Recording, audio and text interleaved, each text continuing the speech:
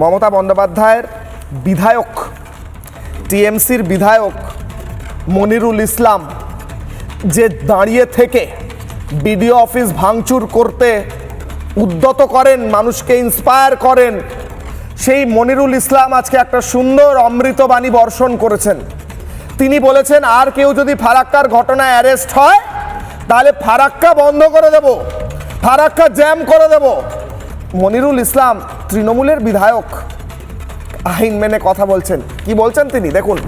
আমাদের তৃণমূলের তরফের থেকে আমি যদিও এসপি লেভেলে কথা বলেছি, ওপরেও কথা বলেছি, আর যেন এই বিডিও অফিসে যে ঘটেছে একটা জনবিস্ফোরণ হয়েছে, মানুষের বহিঃপ্রকাশ হয়েছে, এর বাইরে যদি একটা লোককে গ্রেপ্তার করা হয় তাহলে কিন্তু ফারাক্কা ব্লককে অচল করে দেওয়ার কথা কিন্তু আমি বলেছি। তার জন্য কথা দিয়েছে, যা হয়েছে হয়েছে, আর কাউকে আমরা ধরপাকড় করবো না, গণতান্ত্রিক পদ্ধতিতে আমরা আন্দোলন করব।